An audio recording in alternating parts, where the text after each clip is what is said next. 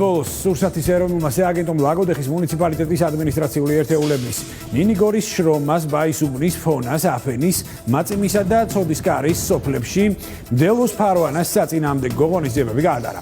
სპეციალიზებული ტექნიკის საშუალებით 1200 ჰექტარი ფართობი უკვე დაამუშავდა. მავნებელი საქართველოს ტერიტორიაზე მრავალი წელია გავრცელებულია, თუმცა პერიოდულად რიცხოვნობის მკვეთრი ზრდა ახასიათებს, რა დროსაც სურსათის ეროვნული სააგენტო მწერის საწინააღმდეგო ღონისძიებებს ატარებს.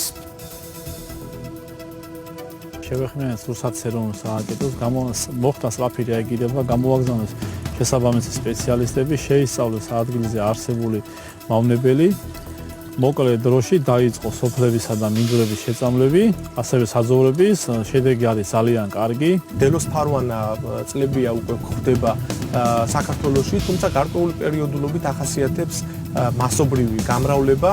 ოპერატიულად მოხდა ტექნიკის მობილიზება ლაგოდეხის მუნიციპალიტეტში, გატარებული ღონისძიებების შედეგად თითოეული ფერმერი, მოსახლე დაცული არის მავნებლის მიერ მოტანილი ეკონომიკური ზიანისაგან.